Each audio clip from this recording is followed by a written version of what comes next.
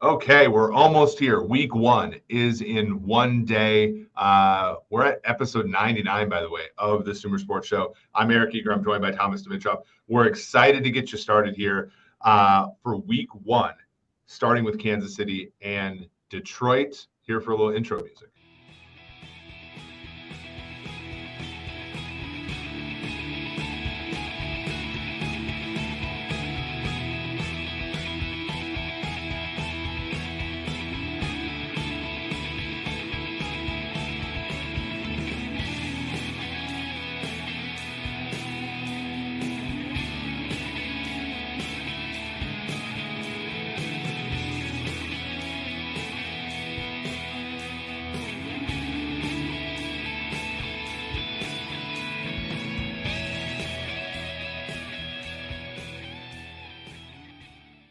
Well, Thomas, we know that the NFL is the most captivating entertainment product in the entire country, maybe even in the world. And you know what? They never cease to disappoint.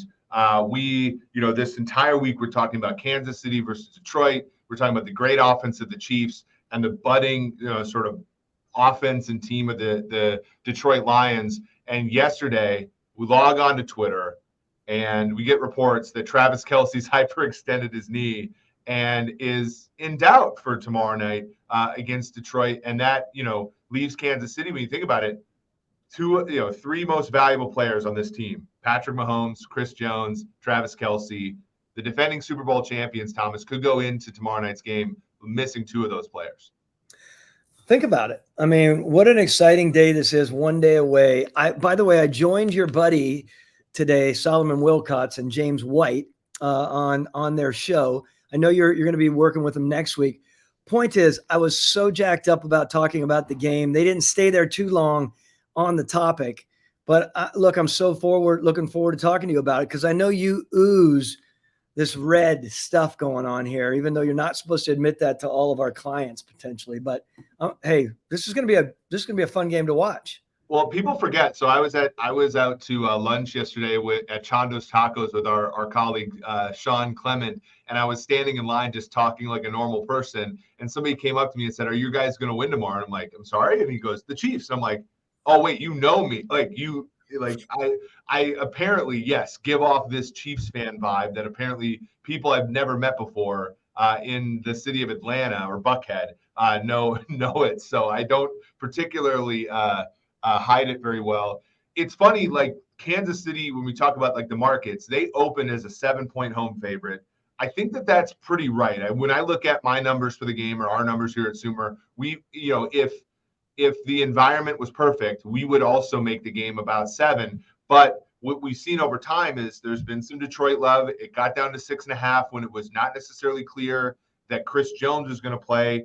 By the way, Chris Jones this morning was at a Ronald McDonald fundraising event in the city of Kansas City with both of his agents, the Katz brothers, and took some questions from the media. It sounds like he thinks he could play tomorrow if they signed him to a deal. I'm selling that idea. And then, of course, Travis Kelce gets hurt.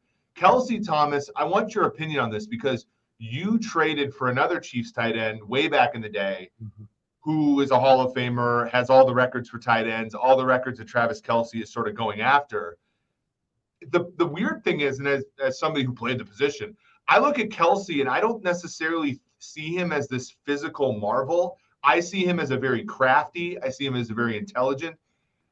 I do worry, as a big fan of his, if he were to ever decline physically, what that would mean for him, because he's always been very, very athletic, very, very fast for a tight end, but he's not like Tony Gonzalez was.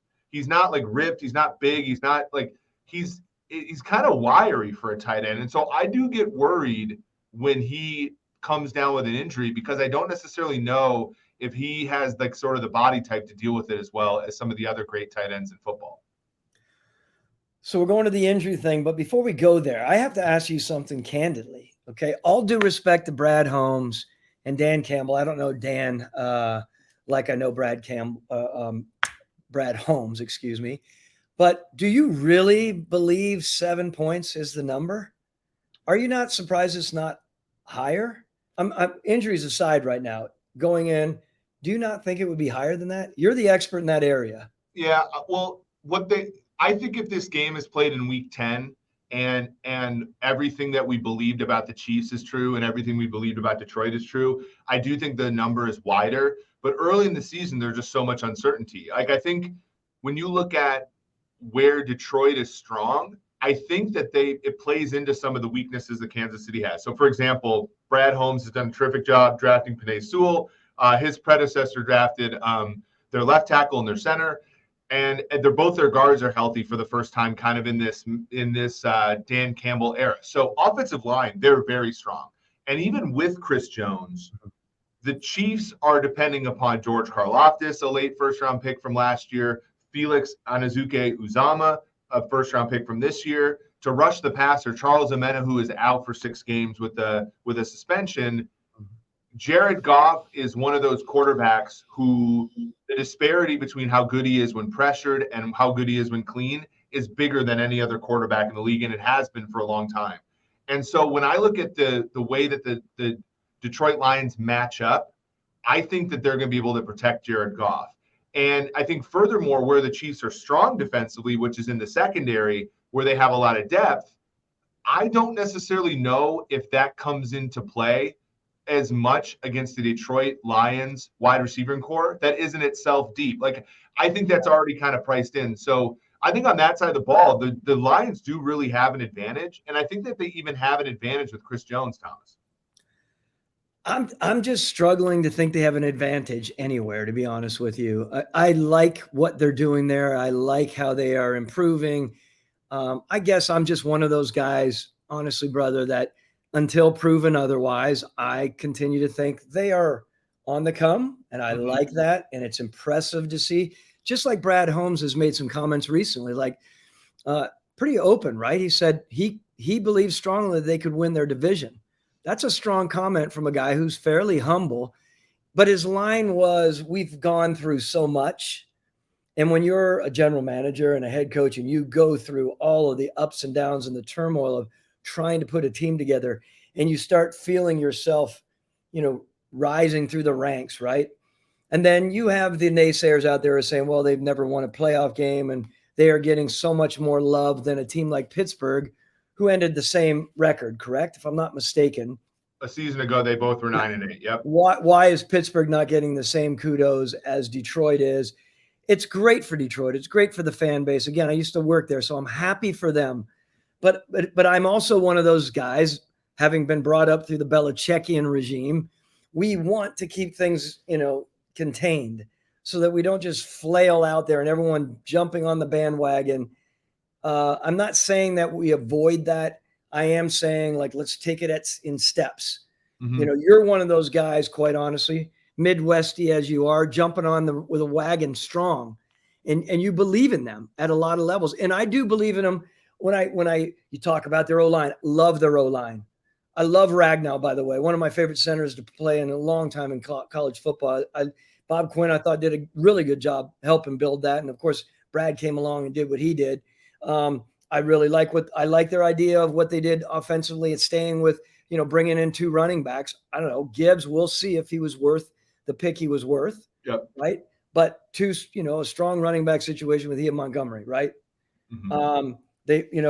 They're moving him around. I mean, I'm talking about Jared, right? Keep the pressure off him. Let him do his thing. They're instilling so much confidence in him, right, Eric? As a general manager, that is huge. You didn't go out and tell him, hey, we're drafting this guy and we're just going to, take the world by storm. And if you do well for us, not. That head coach, I mean, Dan Campbell said point blank, not only through the not drafting, but you're our guy and we want to grow with you. That's a big thing for him. So there's a lot of pressure on him as well. Staying just on offense first. So, I mean, one of the things last year, I was a bettor last year, and the markets were saying Detroit was going to only win 6.5 games. And so I went over that number because I thought it was short. To be fair, and we're not giving out gambling advice on the show. Right now, the number for Detroit in the markets is 9.5. If I were gambling, I would not bet over that. That's, to me, your point is taken, Thomas. When you shoot up 3 wins in a market 1 year to the next, that is a hard thing to do. And what we talked about last week, your last show on Monday, we talked about that. Like, my biggest concern for Detroit would be for them to have a really fun year last year, go 9-8. Everybody's happy about you. You don't make the playoffs, which I think is important. You don't make the playoffs, so you don't go to San Francisco the same way Seattle did and get waxed. No one sees you. You won. You end the season on a high note, as opposed to the 13 of the other 14 teams that make the playoffs on a low note. So I think that that's partially of it. But I also just like the way that they built stuff. So they were very weak in defense last year, especially run defense. Right. And they go out and get Jack Campbell to play linebacker. They go get Brian Branch, who's a guy that we talked about on the SumerSports show. Very good kind of inside-outside player. Not a great athlete, but a great kind of interior box defender in this sub-league that we're in right now. A bit overrated, meaning there were people that were talking about comes from the right system, comes from a guy who's going to teach him how to play that position. Right, I'm talking about Branch for a second. We're talking about having Nick Saban cultivate those defensive backs, which he always has. I mean, Campbell, same thing. Brad took heat for drafting him as early as he did. Quite honestly, he is like the epitome of Dan Campbell player, right? People that they like there, and Dan and their approach. So they did they're doing what they thought was right. And we said that early on in their draft, even when they took Gibbs. I mean, I quite honestly didn't hear. I heard a lot of criticism on those three moves, right? A lot of criticism, and they know they're building. They know what they're looking for. So to Brad Holmes' credit, he'll show people, and it'll be determined, how effective they are coming in, because they're expecting those guys to start, are they not? Yeah, and maybe you can shed some light on this, being, having sat in that chair. I think, look, this is the first time Detroit has been favored to win their own division since 1992. That was before you worked there, a long time ago. And when I look at some teams, like I look at the Eagles, right? You look at their draft, Jalen Carter, Nolan Smith. Those are two guys that if they don't contribute this year, the Eagles are still going to be pretty damn good. Why can the Eagles do that? Because they just made the Super Bowl. They have tons of cachet. Howie doesn't need to win the NFC East here to keep his job or to even grow his legacy, right? They're the Eagles, the Bills, the Chiefs, the Bengals. They're all in position where they want to win one or two Super Bowls out of the next 5. When you're a franchise, and they've said this before, when you haven't won your own division since 1993, you haven't won a playoff game since 1991, I feel like they drafted for this year, which I think long-term is not what you really want to do sometimes. But I actually don't blame them necessarily because of the futility that their franchise has had for so long. I understand that. And I think the funny part is when if you were to reorder their draft picks, let's say you were to say, you took Branch, Laporta, Gibbs, and Campbell with your first 4 picks. Yeah. If you reorder those, it doesn't look so bad. And I know that's not a great argument for taking Gibbs and Campbell. I'm just saying, vis-a-vis this year, I think that they built well enough to win, especially in an NFC. And I know you brought up Pittsburgh. I think the reason, obviously, that Detroit has better expectations than Pittsburgh is just because the conference is easier, right? So yes. Now let me backtrack here for a minute, because this is really important. The 4 players that you just mentioned, hands down, they are good football players, right? So, you can argue in a grading scale whether they're a 6.5 or a 7.5. Remember, again, the 6s being the goods, the 7 being the very goods, and the 8 being the excellents. That's a good crew of football players. In New England, when we were there, people used to take shots at us because we never had the flashy, explosive athletes as much as other teams did, right? But Bill Belichick, marvelous as he is and incredibly intelligent as he is with his team, he knew what he wanted in the positions and the specifics that he wanted. These guys represent Dan Campbell, Brad Holmes, who it's taken on, whether he's involved or not, Chris Spielman and the Fords and what they want to do, with building that franchise. I think they're doing what they think is right for the franchise. You can never hold that over them. Again, we all know in the next 3 or 4 years, that's when you'll determine the success of these players, whether they're good, whether they were very good, or whether they were, more mediocre or adequate. What I will say, and I want to do my little prop in here, kudos to the Lions as well. Early on when we were talking about this, I said, it is imperative that you let Brad Holmes and Dan Campbell do their thing as head coach and general manager, or GM and head coach, right?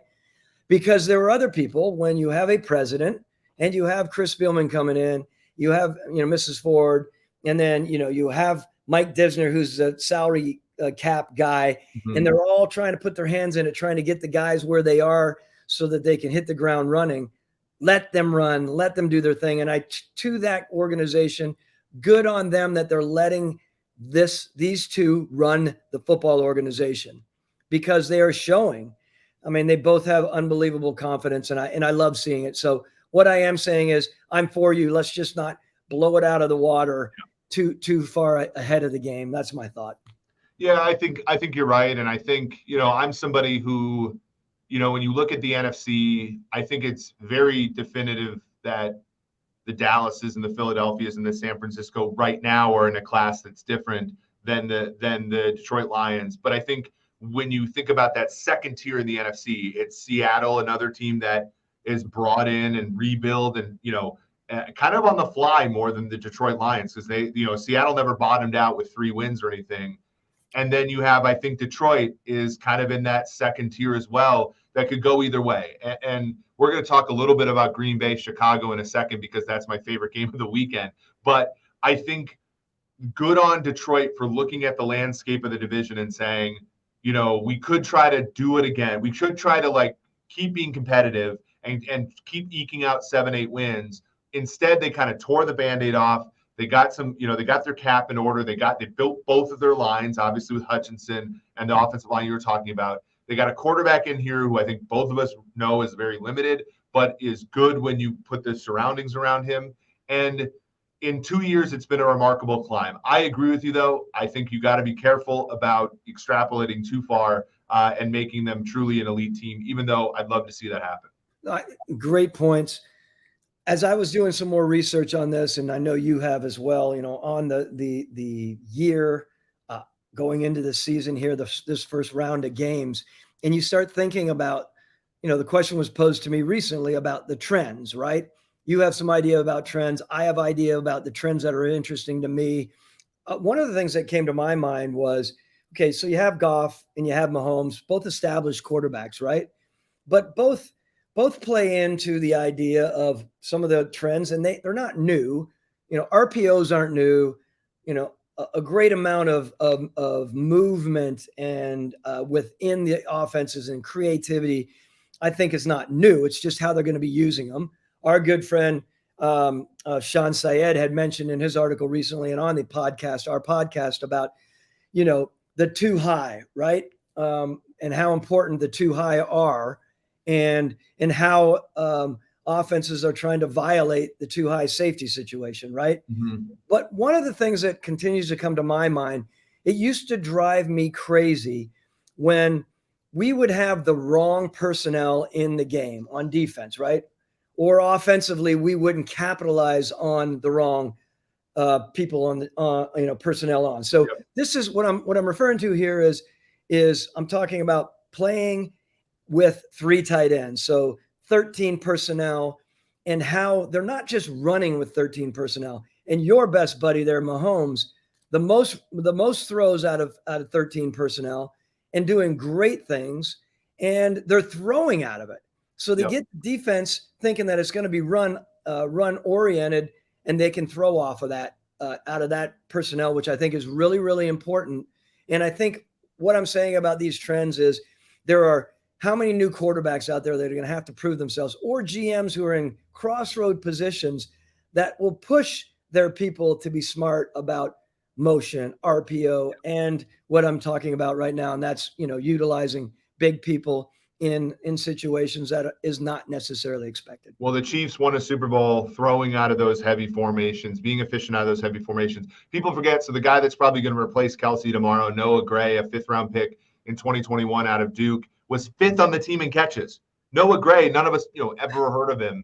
Now, you're hiding this. You're not hiding this, but some people might forget that you were the general manager of a Super Bowl team that was not only very frequently throwing out of heavy personnel, but like we're setting records for efficiency and yards per attempt. Your 2016 Falcons out of 22 personnel, Levine Toilolo and Austin Hooper, and I forget who your fullback was that year. Thomas, realizing I'm a little tired today, I forget a player on his team. And then those running backs you had, like you guys saw it, right? When you have a great team, and again, I'm not saying Detroit's great, but when you have a team that can get ahead of other teams, when you have a team that has those and you can zig when others zag, and there's so like it's what you want. Like I remember you guys against the Seahawks in the playoffs that year, 2016, and it was a bloodbath because you got that poor third linebacker for the Seahawks who had never played 25% of snaps because everybody's nickel now. You get this poor schmuck on the field, and now he's one-on-one with Tevin Coleman. Or he's one-on-one with Taylor Gabriel, whoever your wide. You had Eric Weems, I think, was your wide receiver in 22 personnel a lot, and it's just conflict, right? And I think with Kansas City, it's the same thing. It's like they ran a lot of 13. Noah Gray and Jody Fortson, who unfortunately this year is on an injured reserve. You just get players who are not used to playing a lot on the field, and you can match up. Like I call it the defense's fullback. If you can get the defense's fullback on the field and get him matched up against one of your skill guys, you're going to win. And I think that's a great point that you just made. What do you do? Let's go back to this because I'm really curious. As Kansas City's defense, how do you keep this sort of budding Detroit Lion offense that's moving around? Amon-Ra, your buddy, you love seeing him. What does he catch? Most of his balls are caught under 9 yards or whatever the number is. What do you do? How do you approach that? I'm not asking you as a scheme expert. I'm just saying personnel related and scheme related, as you might know, what would you do? Well, I think without Chris Jones, you really have to, I call it two fatties in a blitz, which I know maybe is not necessarily as semantically responsible, but look, the Chiefs don't have a great 3-tech anymore. So I think what you have to do, and Chris Jones missed some of their Super Bowl year in 19, and this is kind of what they did. You have some good linebackers. I think you play a lot of 3-3-5 nickel. I think you play a lot of 4-3-5 or 4-3-4 base. I think you make both of your interior linemen on defense. I think you put nose tackle type players there, and I think you blitz. Because, again, I think Jared Goff's great, but you want to pressure Jared Goff. And I don't think they can pressure Jared Goff with just 4 against that offensive line. And I also think that if you give up a 70-yard touchdown, it doesn't hurt you as much as if literally any other team gives up a 70-yard touchdown because your quarterback's coming right back, right? And he's a great player. So to me, the strategy defensively in this game should be to force a turnover or 2 and a sack or 3, right? Yeah. And if you can do that, because a sack's worth 2 points to a defense, a turnover's worth a lot more sometimes. Your goal should not be to hold Detroit to 3 and out. You just can't. You're not that good. Your goal should be to force Jared Goff to make 2 or 3 mistakes, and then you pay your quarterback $46 million a year to score on every drive. So that's, to me, how I think you'd be aggressive. I think if they put big plays on you, that's okay. But I think you have to blitz, and I think you have to put big men on the defensive line, not to rush the passer, but to protect against the run game. We've talked a number of different times throughout the year since we've been doing this about the GMs on both teams and the head coaches on both teams. And quite a few out there on other teams, and some you're impressed with, others you aren't. I won't mention the ones you aren't impressed with because that wouldn't be good for our business.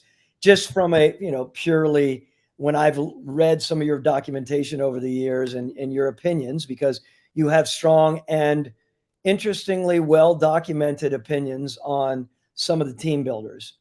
Can we talk a little bit about the team building here since we're going into a really important first game? Oh, yeah, for sure. I mean, which one do you want to start on, Chiefs or Detroit? I want to go to the Chiefs because I think it's again, here we are with the Chiefs. They've done unbelievable things. They've built something that is very, very special. I've said this time and again, Brett Veach has his talent within his talent. And we know what his talent is, right? What he's really, really good at. He's got a really good eye. He's a rising star, if not a star already in the risen spot in the top 5 of the league. You could have naysayers out there throwing darts at him saying, yeah, but that's because he's got the trifecta. He's got one of the very best owners in Clark Hunt. He's got one of the very best quarterbacks in Patrick Mahomes, and one of the very best coaches, if not the best coach, in Andy Reid at this point in his career. Where I think his genius is, that's not easy as a general manager, to take your ego and navigate through something like that. Usually a general manager has a strong hold on an organization one way or another. So as positive as it is, and everyone wishes they had those three, it's not easy. And to his credit, I think he's navigated it so well. I was in the building about a year and a half, not even a year and a half ago. I don't know how long ago it was. And I remember Andy Reid saying to me, so proud of Brett Veach and what he's done. And he grew, he saw him growing as basically a young person in the business. And he's got such great respect.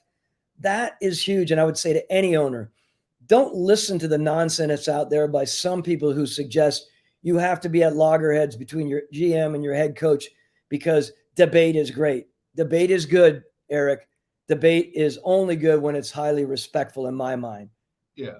Let me give you a story from the not so distant Chiefs past, because I think it's instructive. You know, back when your former colleague and your friend Scott Pioli was the GM, you know, Todd Haley took the Chiefs to 10-6 in the division title with Matt Castle as the quarterback. Matt Castle for 1 year had 27 touchdowns and 7 interceptions. I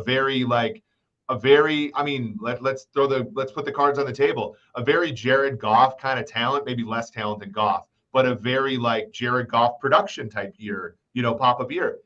The coordinators for that team you are familiar with because you're from the Patriot paradigm is Charlie Weiss and Romeo Crennel. Charlie Weiss did a fantastic job with Matt Castle. And yet Todd Haley let Charlie Weiss go in large part because he couldn't handle the fact that he was supposed to be the offensive genius, and Charlie Weiss had upstaged him a tad, right? And when you take a step back and you're like, well, we're all winning here. That's not necessarily how it goes. And so you take it over to Kansas City, right? And I know we talked about this on a show where people will give Veach his shine because he was the one who banged the table for Patrick Mahomes. But even then, he wasn't the one that drafted him. 2018 draft, 2019 draft were not necessarily a crop of bountiful fruit as far as the drafts are concerned. You have Andy Reid, who's always getting Hall of Fame, love because he deserves it. You have Patrick Mahomes, who many people are talking about as the best player of all time, however deserved this far into his career. You also have Eric Bieniemy, everybody talking about him as a head coach candidate, X, Y, and Z. To navigate that situation with the humility, right? Knowing that early on, and again, this is my own view of the situation, but you could probably talk about this as well, where early on, he's very much stepping into a role where he's somewhat secondary to Andy Reid, to a point now where I think if you look at this team, Brett Veach is kind of on par with Andy Reid now as far as the structure standpoint, having to navigate that in a deliberate and tactical way so as not to step on anybody's toes, but also have success.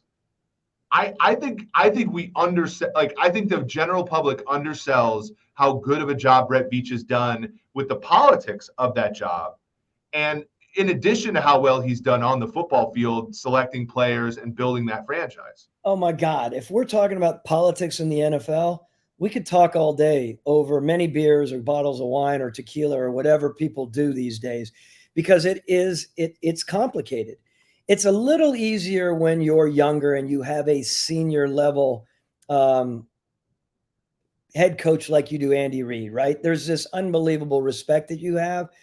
But I will say, Eric, that fades. It's easier in the first 2 or 3 years, right? When you start establishing yourself, and he has, for sure, I'm talking about Brett Veach being, again, at the top of his game right now and continuing to grow. Navigating, as I mentioned earlier, so it's easy to get along with the coach, the head coach, in my mind, someone as respected as Andy. His coaching staff, he's got a coordinator, offensive coordinator, defensive coordinator. I mean, Steve Spagnuolo is another great football mind. I really, really like Steve. I'm so happy that he's there and doing so well. I mean, to have I don't know where you are. You might have your thoughts about your new offensive coordinator there. I like him. I like him, and I think those are guys with a lot of experience. What I'm saying in the end, back to Brett Veach, for everyone to know this, is Brett is not worried about how he's perceived out there, and he still has an unbelievable, if that's the wrong word, he has a very, very significant amount of respect in the building in Kansas City at Arrowhead, where people aren't just going, it's all Andy, or it's all Spags, or you know, whoever it may be, right? Or it's the owner. They recognize his importance, his eye. I mean, he was the one. I remember reading about him being the one that projected, what's his name? What's his name? What's your running back's name? Isaiah Pacheco. Pacheco. He said that Pacheco was going to be 1,000-yard runner. I mean, I'm just saying he's a talented running back. He's got a talent. Point is, what I'm saying here is I think it's fascinating how he's worked through all of this, and I think the pastures are so green for him in the future. Yeah, and Andy Reid does such a good job of giving his assistants. He does such a good job of giving everybody in that building a role where they can be successful. And he's never had a problem letting, people, succeed up and above him, right? You had Sean McDermott, you had obviously Nagy went and on, be a head coach. Doug Peterson won a Super Bowl before Andy Reid even won a Super Bowl, and on and on and on. And I think Veach, obviously, and when you look at who has come out of that building, obviously Mike Borgonzi, their assistant GM, is well regarded. Brand Tillis is interviewed for some GM jobs, and obviously Ryan Poles, who is is now a general manager as well. I think Veach is doing the same thing where he's kind of throwing the ladder back down so that the people that have helped build that championship team can also get some shine as well. And that, that's obviously something you've done in your career as well. Now that you watch Rand Carthon, one of your former scouts, be a GM, and guys all across the league that have had experience with you, it's cool to see, right? Because you do want that success. The league is better the more teams, have successful people and smart people in that chair. It's so true. And I love seeing it. I love seeing how these guys are evolving, and the people that they're putting out from really good organizations. I think is great. I think it's great that Eric Bieniemy goes to Washington to do his thing, and you guys get back. I keep saying this. Kansas City gets back Matt Nagy, as I mentioned earlier. I mean, good people, very good football people who can win at a lot of levels. That's Kansas City. Do we talk about Detroit, or do you want to go somewhere else on this? Well, I think when you look at Detroit, I want to talk about them because this is a different thing, right? Kansas City.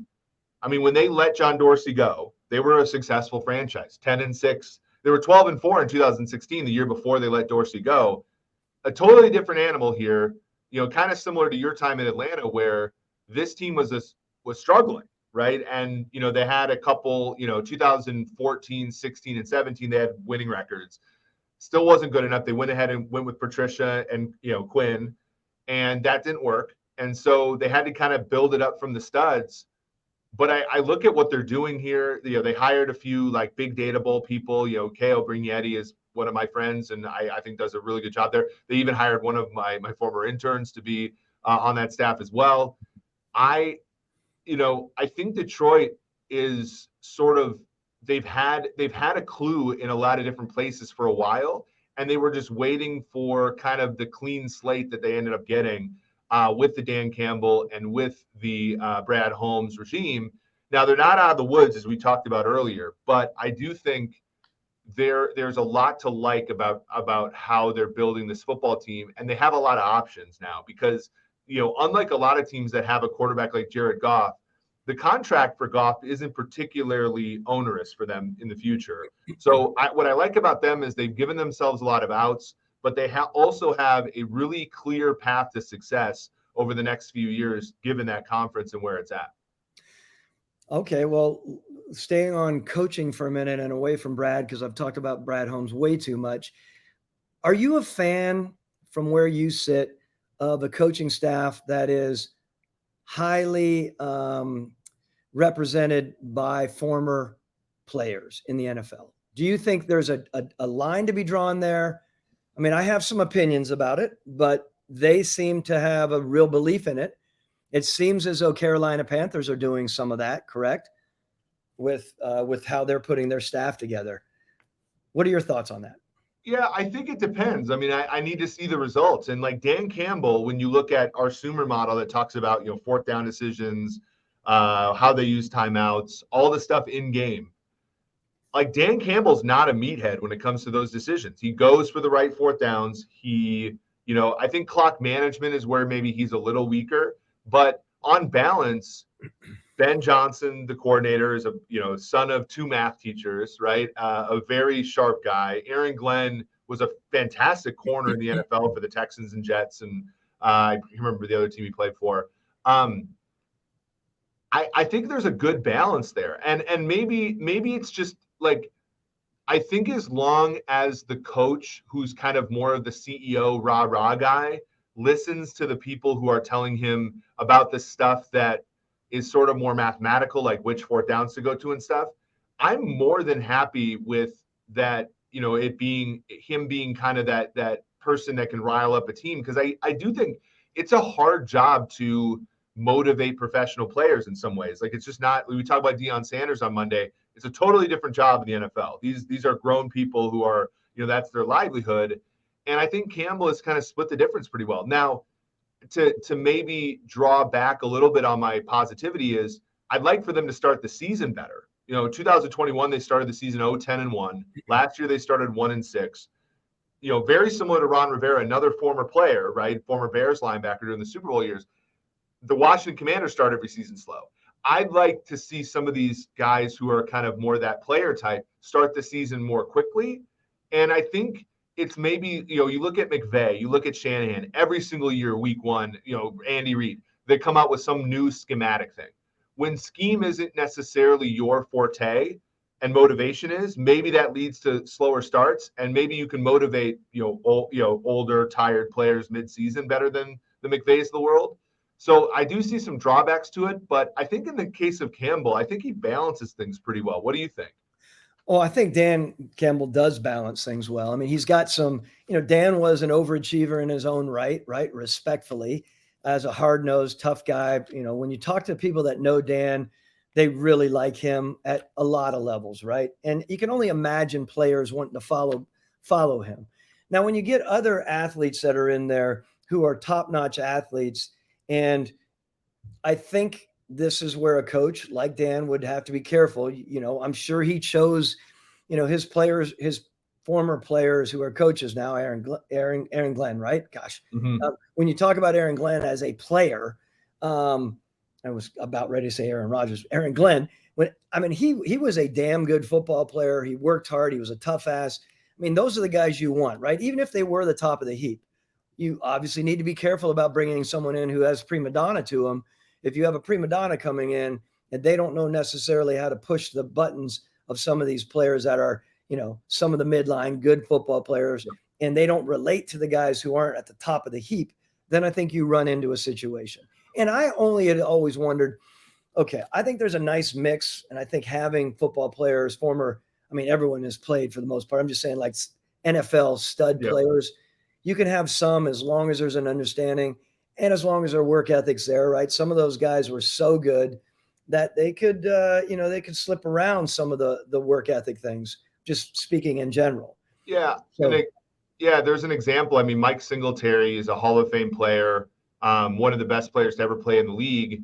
And yet there were and I'm not breaking, these are reports. Like, I'm not breaking any ground here. Like, when he was an assistant with the Vikings, like, he was not thought, like, he cut corners, let's just say that. And that was well documented. And that's exactly what you're going against, right? I think we at Sumer, like, we're trying to build a company. Like, we talk about this every single day about what people need to see in leadership, what they need to see in, you need to see your VP or your CEO, working hard, doing the extra things, right? Because that's the only way you're going to set a tone. Like, you can't teach talent for the most part, right? So if all that your players see is you just being uber talented and living off of that, that's not an inspirational thing. That's like me looking at LeBron James dunking a basketball and being like, man, I want to be that. Well, I can't be that because I'm not 6'8", 270 with a 50-inch vertical jump. If I see LeBron at the gym twice a day working out, I can that can motivate because I can still do that. And I think for a guy like Dan Campbell, I even think, look, I'm showing a little bit of my, tight end like bias here. I also think Mike Tice is like a very similar comp. And Mike Tice got an awful lot out of that Vikings team when Red McCombs wasn't actually putting any money, towards the team. And I think that guys like that who work hard, who are humble, even if they're former players, I think it resonates with the players quite a bit.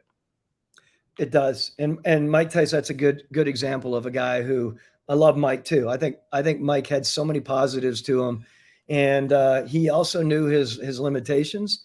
And I think that's good. And I guess that's what I'm saying. When a player who's a former player in the NFL, they're obviously excellent football players in the scope of it all. But when they have a really good understanding of what the shortcomings are and where their challenges are and where they benefit, they can see that in the players. Sometimes the star players have a hard time seeing it in their players. To your points on Mike Singletary and some of those players. Anyway, I was very curious in your thoughts about that. I know we wanted to cover a couple more topics before we cut off, but it's a good conversation. I think it's really cool. Like I just said, I think it's cool that Dan Campbell's having success. I also think it's really cool that despite kind of like the memeing of him and kind of talking about him as a meathead, he's actually quite progressive as a coach. I like all those things. I like people who break the mold. And he certainly does. I think it's time to talk about our favorite games this weekend, Thomas. We were going through them together. This is a good week, man. You have Chargers, Fins. You have Jets, Bills, which I think will be a great game. Obviously, the game Thursday. What game are you the most looking forward to this coming weekend? I'm looking forward to the Cowboys and the Giants. I mean, I know that's probably like, oh, okay, Thomas, of course you are. It's on Monday Night Football, etc. But again, I am really excited to see what Dallas does defensively, bringing in Gilmore. I was talking to my good friend Dan Quinn recently, and he's excited about that back seven, about how they can operate. They have added speed. They have talent there, of course. We all love Micah Parsons and what he can do. I just like what that defense can do and understanding how important that defense is going to be. And this is where I want to toss it to you as well. Toss it over and say, okay, well, then you have Dak Prescott. He's got to stop throwing interceptions. But as I mentioned recently, it's not only his fault. I mean, half of those balls that were dropped last year or intercepted could be laid onto the receivers too, right? Yep. So the point is having a strong defense, thriving defense that I think Dan can take the defense to, Dan Quinn, to having an offense. What I don't agree is the worry about interceptions coming from Prescott and that they might, and Mike Double M might bring it back and be a little more conservative with the approach. I don't believe so, man. I think you got to go for it. You can't be worried and get real conservative with him because you think he's now just randomly tossing INTs. I know you need to control it. I get it. I think you need to play your game. Yeah, I actually look, Matthew Stafford 2 years ago led the league in interceptions and won a Super Bowl. Phil Simms won a Super Bowl with throwing more than 20 interceptions. You look up and down the field. Like Peyton Manning had a lot of years with 14, 15 interceptions. Warren Moon threw a lot of interceptions. Like John Elway threw a lot of interceptions. I think interceptions interception can tell you some stuff. And to me, what it tells you is that Dak Prescott's going to throw the ball into high leverage places. And I think when you have talent like CeeDee Lamb, they bring over Brandon Cooks, who I know has been everywhere in the league, but has been productive kind of basically everywhere he's gone. Michael Gallup coming off the ACL. They brought that Ferguson from Wisconsin to play tight end. And then they got Pollard in the backfield, and on a great offensive line too. If I had those players, I'd make them drop the ball. I mean this, I would throw them passes in dangerous spots because I trust them. And they had some variance, they had some drops, they had some, and a lot of Dak's interceptions were at inopportune times, which is not really predictive. And so all this is to say, I think bringing in Cooks, opening up the middle of the field with his deep threat, I think that helps him a lot. I think Mike McCarthy's a little underrated as a coach. And even though I really think Kellen Moore is an upgrade for the Chargers, I think McCarthy will do a good enough job here. To your point about the defense, I mean, look at Malik Hooker's a great safety. Jaron Kearse is a great, they got players all up and down. this is a talented football team, and I'm really excited. I mean, I think that they're as good of an odds to win the NFC East as the Eagles are. I look at the other side, and again, when I think about this team, again, 9-7-1 last year, the Giants, kind of a point differential of more like a 7-10 team, right? So like got a good easy schedule going into the year. Their schedule is about a point easier per game on a neutral field than the average team. Brian Daboll's credit, took advantage of it, made the playoffs, won a playoff game on the road. Very impressive effort against Minnesota. This season, they have one of the hardest schedules I've ever seen. They don't have a bye until like week 12 or 13. Like I think 8 of their first 13 games are on the road. Obviously playing a division with both Eagles and Cowboys. I think that when I talked about concern about, okay, if Detroit takes a step back here, I don't want them firing everybody. I have similar concerns about the Giants. I don't think that they'll reset if they have a bad year, but I have concerns because I think this is a team on the rise, and I think it's a team that'll get better this year, but I don't know if they'll have a better record, if that makes sense. Yeah, I mean, you hit the nail on the head with it. I mean, it's a tough schedule to be playing, and I think it's a great game to kick them off with, right? Both of the teams. You know, I think where we are right now with the Giants, with their talent right now, I think they're, and their coaching. I mean, look, I think he won Coach of the Year, right? We're thinking about Brian Daboll I've just been really impressed with how that team has been pulling things together. And I'm also talking about Joe Shane and company as well, right? I think they're thought out.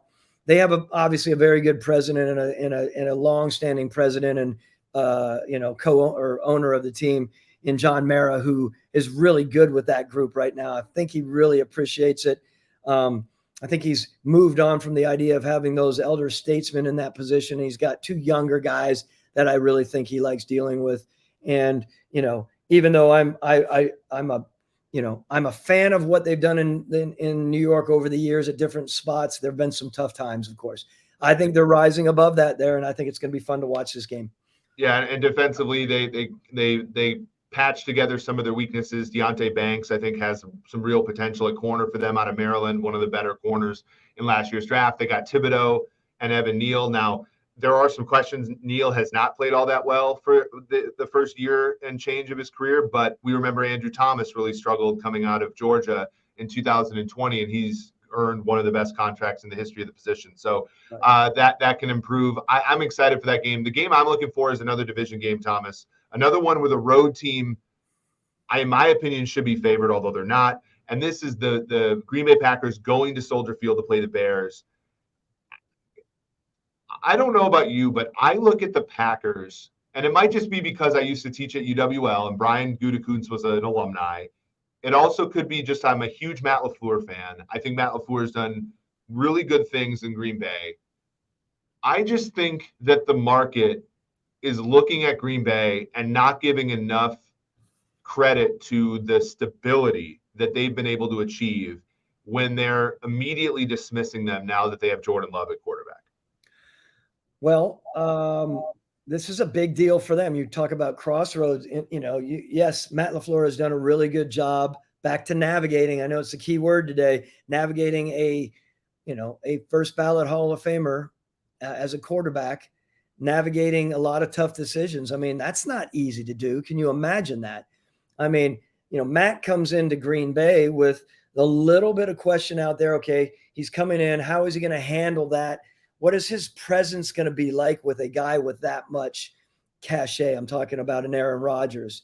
And the Cat handled it very, very well. Now, positively, he's got a guy that he can push the buttons with a little bit more. Now it will be really interesting to see how Matt LaFleur has evolved as a leader, because now his shots are going to count. Not that they didn't before, and I say that respectfully, but now he's the guy steering it 100%. Not that he wasn't before. And it's going to be interesting to see that. No longer does Brian Gutekunst have to deal with, some of the nonsense that happened. This gives them an opportunity to be GM and head coach the way most of us had it, right? With some sort of the good, strong parts of it, and then the challenges of it. And you'll see how how these men deal with the challenges. And I think the odds are that they're going to handle it solidly to even better than solidly. Yeah, for sure. And I mean, it's funny because you had such a great quarterback, but he also, from what I could tell, provided almost no stress from the off the field, interpersonal stuff. And so to your point, like it was probably you kind of had the best of both worlds in some ways. And then of course you made some big splashes. Obviously the Julio Jones trade and everything, you got full credit for that, well deserved. I think with LaFleur, like even when you look, so it's funny because like we post these numbers about like how much win probability of coach adds with decisions, and the Packers for the last the LaFleur era have taken way too many timeouts before the 2-minute relative to other teams, and that dings LaFleur's rating. But most Packers fans would tell you, well, no, that's Aaron Rodgers waiting until the end of the shot clock and then calling timeout, And so even something like as silly as that, where he gets more autonomy about how the game is called, because he's the man now, right? Jordan Love is kind of secondary to him. I think is a good thing for him because it allows him to sort of break free in the same way that Mike McCarthy is going to break free this year in Dallas, breaking free from this idea that it was just a great quarterback that made his record pretty good. And I like that a lot. Moving briefly into Chicago, I don't really have that many bad things to say about what Ryan Poles has done. The only thing I will say, and Bears fans have been very, very optimistic this year. Mm-hmm. The only thing I'll say is I think it takes a little longer to rebuild than 1 year. And so they did a really good job of turning their draft picks into more draft picks this year and picking players that I think have a really good chance of having success. My worry is we're maybe just a year too early. I don't know necessarily if they're going to have a great pass rush. I don't know offensive line wise if they're going to be as full there as they need to be. I think that this Chicago team is moving in the right direction. I just think maybe we're a year too early on them. And this is my statement for everything. I just hope expectations don't get in the way of Ryan Poles being able to do the job to his fullest extent. Well, I think those are great comments. I don't think I can add a whole bunch more. I'm looking forward to seeing the game. To your point, you picked out a really good game to watch because, I mean, I can't get away from this. I really want to see where Fields is. I want to see how he continues to evolve. That's not rocket science here, but as a GM and as, Ryan being in that situation and the decision that they made to go with, stay there and stay in that mode when there was some banter the last year and a half or whatever, what to do. That's a big move, right? They're the big moves that GMs make in the development of the team that they're going to be judged on for years to come. And I love to see it. No one's rushed more, right? Did he have the most rushing yards this year or the most avoided? What's our sack avoidance? Yeah, so Fields took more sacks as a percentage of dropbacks than any quarterback in the league, and he was a top 10 rate since people have been looking at the stats. So that to me is the one place where Fields really needs to improve. But he did rush for over 1,100 yards last year, which is the second best from what in the modern era by a quarterback. So you kind of got the good with the bad, right? You got a guy that's kind of needs to work on processing, needs to work on avoiding sacks, but when he avoids the sacks, he's as athletic as any quarterback that's in the NFL, and that includes Lamar Jackson. So yeah. It's a dichotomy for sure. And I think, to your point, I really want to see Fields develop. So far as a passer, it hasn't been pretty, but they haven't surrounded him with much. They bring in DJ Moore, Cole Kmet gets a contract, Darnell Mooney's now a 2. They got Chase Claypool from Pittsburgh. There's a chance there for sure, and I really want to see that. There's a chance. I think what they did that way, I think was good for him. And let's put some tools around him, and see how he can thrive. So for sure. And honorable mentions for this were Pittsburgh, San Francisco, Cleveland, Cincinnati. I think is going to be a great game as well. 2 of us used to live in Ohio, and then I'm a big fan of Buffalo, New York, and obviously Detroit, Kansas City. Like this week, and I actually think the loser of Chargers, Dolphins is going to struggle to make the playoffs, even in week 1, because the AFC is so many good teams, Thomas. We're in for a really fun, and even Carolina, Atlanta, to me, in that NFC South is a high leverage football game. Yeah. So That's our cue, by the way. So if you're on the stream right now, please hit the like button. Please hit the subscribe button. Tell everybody about this show. Tell everybody about Stats and Schemes, our new podcast that goes on Tuesday by Sean and Tage. And then the Odd Man From podcast with Parker Fleming is going to be tomorrow. We'll be back next week on Monday. We'll tell you all about this weekend's games. Thank you all for showing up. Again, like I said, hit the like button, hit the subscribe button, tell somebody about our show so that when we hit it big, you can be one of the first here. So for Thomas Dimitroff, this has been Eric Eager. This has been the SumerSports Show.